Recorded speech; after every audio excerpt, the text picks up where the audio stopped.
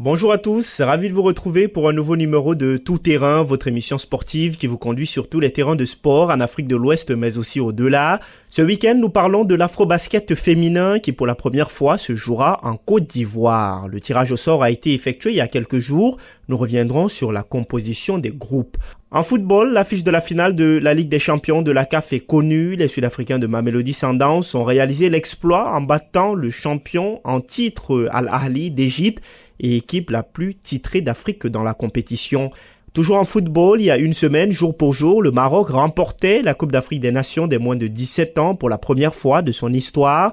À cette Coupe d'Afrique des Nations U17, la performance du Burkina Faso a retenu l'attention malgré l'élimination en demi-finale. Le Burkina Faso néanmoins qualifié pour la Coupe du Monde des moins de 17 ans qui se jouera en novembre prochain au Qatar.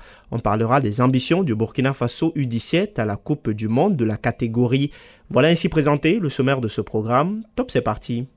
On commence par du basketball. Sachez que du 26 juillet au 3 août prochain, la Côte d'Ivoire abritera l'afro-basket féminin pour la première fois de son histoire. La compétition se jouera au Palais des Sports de Trècheville à Abidjan.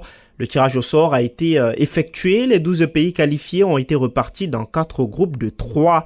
On connaît désormais la composition des groupes. Plus de précision avec Mustapha Diakité. Le pays organisateur, la Côte d'Ivoire, est logé dans le groupe A avec l'Égypte et l'Angola. Les Ivoiriennes auront fort à faire face aux Angolaises et aux Égyptiennes. Un groupe très serré mais jouable, a commenté un ancien sélectionneur de l'équipe féminine de basket de la Côte d'Ivoire après le tirage au sort. Dans le groupe B, le Mali est logé avec le Cameroun et le Soudan du Sud. Le président de la Fédération malienne de basketball se réjouit de ce tirage et voit déjà le Mali sortir de ce groupe haut la main. Les Maliennes sont depuis 2017 sur le podium à chaque compétition.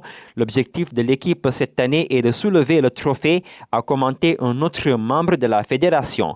Le groupe C est composé du Sénégal, de la Guinée et de l'Ouganda. Le Sénégal rêve grand cette année. Le titre reste le seul objectif. Dans cette poule, on aura d'ailleurs droit au derby ouest-africain entre le Sénégal et la Guinée. Les Guinéennes qui se présenteront en outsider veulent créer la surprise, a laissé entendre Amara Babila Keïta, nouveau président de la fédération guinéenne. Enfin, le groupe D est composé du Nigeria, du Mozambique et du Rwanda. Les Nigérianes restent craintes. Elles dominent depuis quelques années le basket africain chez les dames. Elles sont vainqueurs des 4 dernières éditions de l'Afro-Basket. À noter que le premier de chaque groupe sera automatiquement qualifié pour les quarts de finale. Les équipes classées deuxième et troisième dans chaque poule joueront une phase de qualification pour les quarts de finale. Du football cette fois, l'affiche de la finale de la Ligue des champions est connue. Les Sud-Africains de Mamelodi Sundowns seront opposés aux Égyptiens de Pyramide de FC qui ont battu Orlando Pirates d'Afrique du Sud 3-2 au match retour. Mamelodi Sundowns de son côté a réussi l'exploit en éliminant le champion en titre et club le plus titré d'Afrique dans la compétition, Al Ahly d'Égypte. Retour donc sur le rêve sud-africain de Mamelodi Sundowns avec Mustapha Diakité. La demi-finale qui opposait les Sud-Africains de Mamelodi Sundowns aux Égyptiens d'Al Ahly était une finale avant la grande finale. Les récentes performances des deux équipes en Ligue des champions de la CAF annonçaient déjà les couleurs. Comme attendu, le public n'a pas été déçu. Le match aller en Afrique du Sud a été fermé, dur, tendu, sans grandes occasions de part et d'autre. À l'arrivée, match nul et vierge 0-0 entre les deux formations. C'est au match retour hier vendredi en Égypte que tout se jouait, que tout se décidait. La rencontre a été similaire à celle du match aller. Match nul, mais avec néanmoins un score qui change, un but partout. Le but inscrit à l'extérieur envoie donc Mamelodi Sundowns en finale de la Ligue des champions de la CAF. Le club va disputer sa 3e finale après 2001 et 2016. Il aura fallu attendre 9 ans pour voir à nouveau les Sud-Africains en finale. Comme la devise du club l'indique, le ciel est la seule limite. Mamelodi Sundowns élimine donc le grand favori Al Ahly qui filait vers une 6e finale consécutive de la Ligue des champions de la CAF. Toujours en football, il y a une semaine, jour pour jour, le Maroc remportait la Coupe d'Afrique des Nations des moins de 17 ans organisée à domicile. C'était le premier trophée U17 de l'histoire du pays. Les Marocains ont battu les Maliens au tir au but, 4 tirs contre 2. Par la même occasion, le Maroc s'est qualifié pour la Coupe du Monde U17 qui se jouera en novembre prochain au Qatar. Le Mali, finaliste de la CAN des moins de 17 ans, est aussi qualifié. Autres Ouest-Africains qualifiés qui ont pris part à cette compétition au Maroc, la Côte d'Ivoire qui a terminé 3e du tournoi. Le Sénégal s'est également qualifié pour la Coupe du Monde U17 au Qatar et enfin le Burkina Faso, autre Ouest-Africain, qui a terminé 3e à la CAN U17 qui est également qualifié pour la Coupe du Monde de la catégorie. Et à cette Coupe d'Afrique des Nations des moins de 17 ans, je vous le disais, la performance du Burkina Faso a justement marqué les esprits malgré l'élimination de l'équipe en demi-finale. Le Burkina Faso a désormais de grandes ambitions pour la Coupe du Monde des moins de 17 ans qui se jouera en novembre prochain au Qatar. On en parle justement avec Assami Thiemtoré, journaliste sportif burkinabé. Est-ce que le Burkina Faso sera une équipe à suivre lors de cette compétition?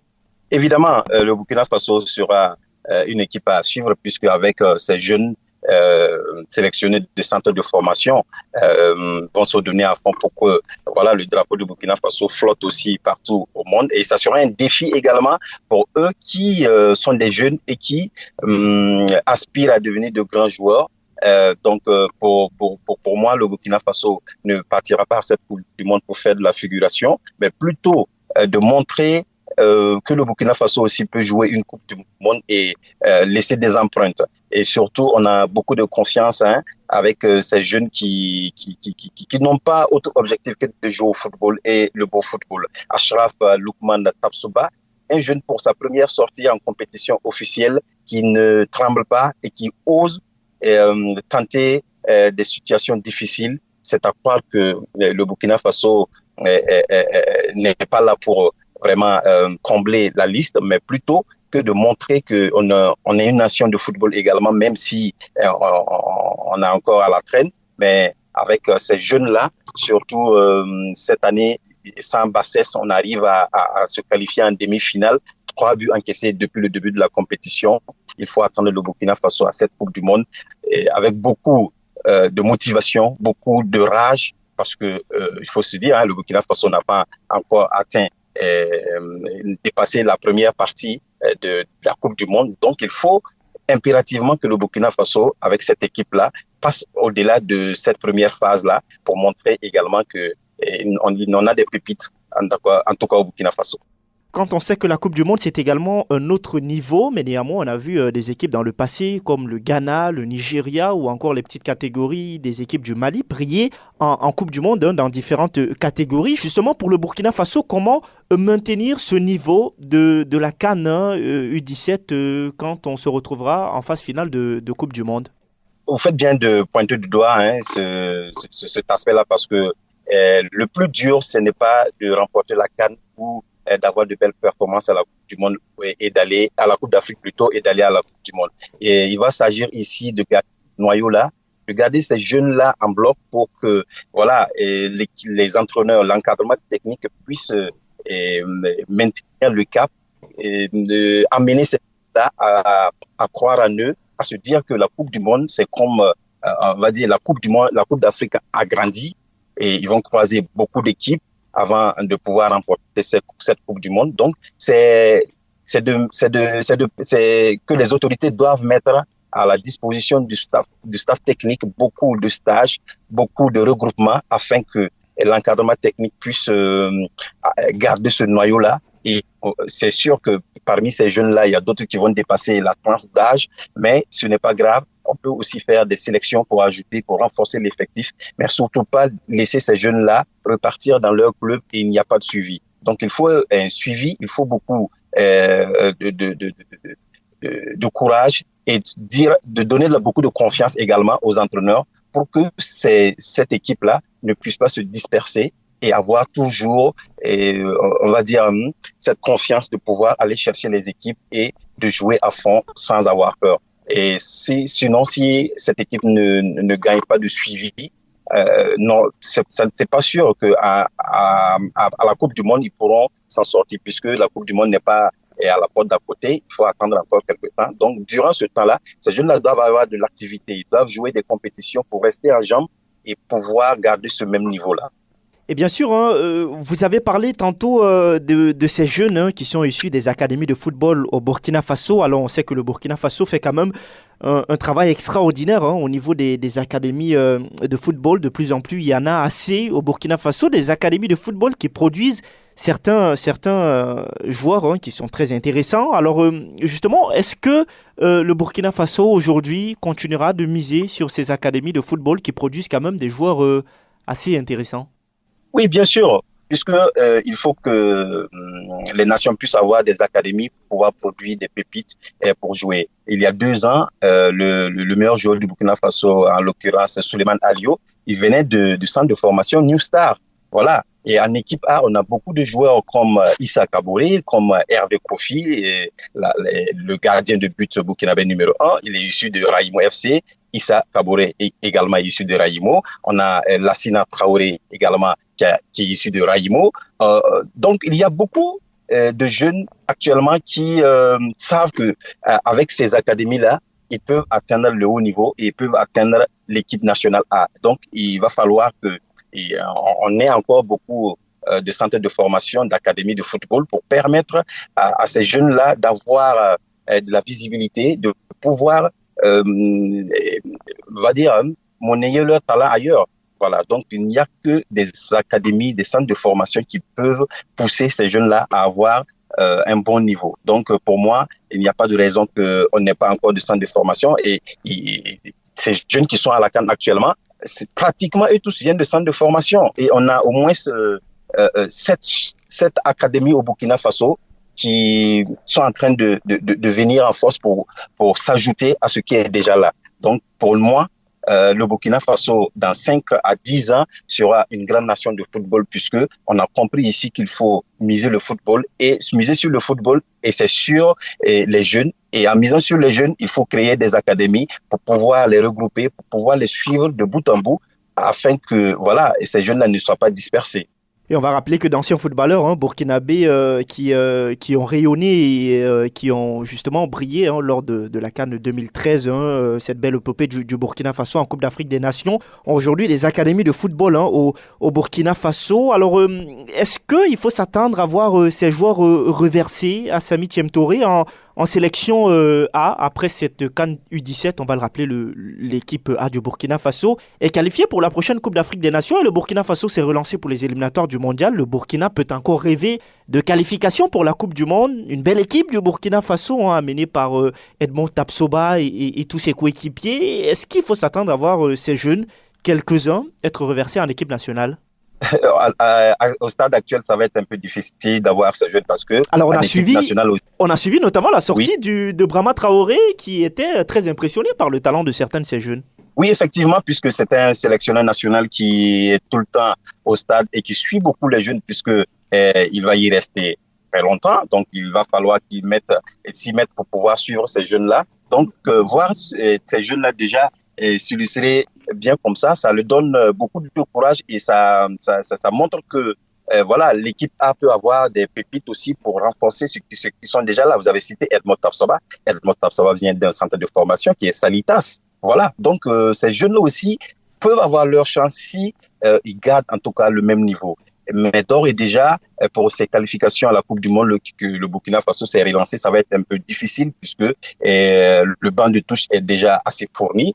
Et ces jeunes-là, il leur faut encore plus d'expérience pour pouvoir voilà, essayer d'avoir cette équipe nationale. Donc peut-être ils peuvent être injectés en catégorie supérieure qui est les U20 et aussi le U23 avant d'arriver en senior. Sinon, Brahma Traoré qui suit ces jeunes-là peut aussi les convoquer, mais pour essayer de les recadrer, pour les avoir à côté de lui et essayer de peut-être les injecter. Surtout, ce jeune Lookman, moi je veux dire que ce jeune, s'il gagne sa chance en équipe nationale, même s'il n'arrive pas à montrer, à détailler tout son talent, il peut avoir plus d'expérience en côtoyant ces doyens comme Bertrand Traoré ou Issoufou Dayo ou encore Franck Lassina Traoré qui est un attaquant aussi, un percuteur comme Achraf Tapsoba.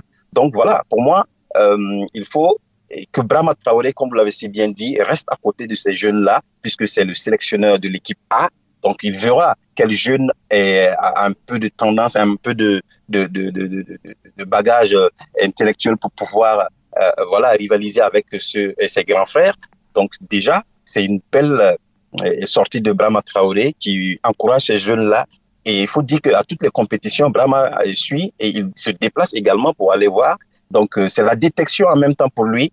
Et à la longue, je sais qu'il n'aura pas de difficulté puisqu'il connaît déjà ces jeunes. Quel avenir pour ces jeunes talents burkinabés? Comment encadrer ces joueurs pour qu'ils restent constants? Vous le disiez tantôt, c'est le plus difficile finalement. Quel avenir pour ces jeunes? Quel avenir on peut prédire à ces jeunes et surtout comment les encadrer pour qu'ils ne se dispersent pas? Car on a vu beaucoup de joueurs à qui on prédisait un très grand avenir mais qui finalement se sont rapidement éteints. Justement, comment faire de sorte que cette génération de joueurs burkinabés aujourd'hui à la CAN U17 puisse se faire rêver le continent africain, puisse faire rêver l'Afrique de l'Ouest dans de grandes compétitions? Vous touchez du doigt le véritable problème du football africain et burkinabé, puisque après des compétitions, on remarque que des jeunes disparaissent. Et les jeunes qui ont remporté la Coupe d'Afrique des Nations U17 en 2011 avec Bertrand Traoré, aujourd'hui, on ne peut citer que Bertrand Traoré qui reste de ce voyage-là et qui est toujours en compétition. Et c'est déplorable. Mais là, les autorités ont compris que il ne faut pas, après chaque compétition, laisser ces jeunes-là sans suivi. Voilà, donc comme je le disais tantôt, je sais qu'après cette Coupe d'Afrique des Nations, ces jeunes vont repartir dans leurs centres de formation respectifs. Mais là, un nœud sera mis beaucoup puisque ces jeunes ont déjà une compétition internationale. Donc, il y aura un grand regard sur ces pépites, on va le dire comme ça, puisque en grande partie, dans ces centres de formation, il y a des agents intermédiaires. À New Star, par exemple, c'est coaché par un manager de football qui est très bien connu ici, en l'occurrence Ahmed Touma, qui est le manager de Cyril Syriac, qui a été récemment convoqué en équipe nationale. Voilà. Donc, il y a aussi des joueurs qui sont dans d'autres centres de formation comme Adedoua, qui a ses jeunes en équipe nationale actuellement. Donc, beaucoup d'agents intermédiaires sont au Burkina Faso actuellement.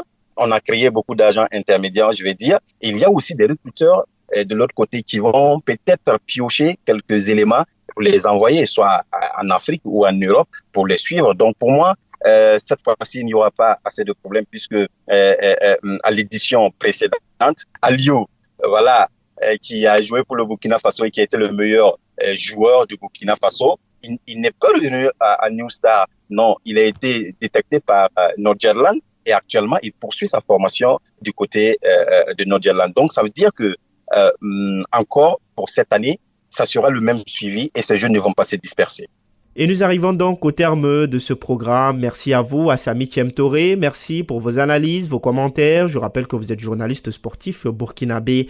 Merci également à mon collègue Mustapha Diakité. Merci à vous tous aussi de nous avoir suivis. Rendez-vous la semaine prochaine pour un nouveau numéro de Tout Terrain. Et d'ici à là, portez-vous bien.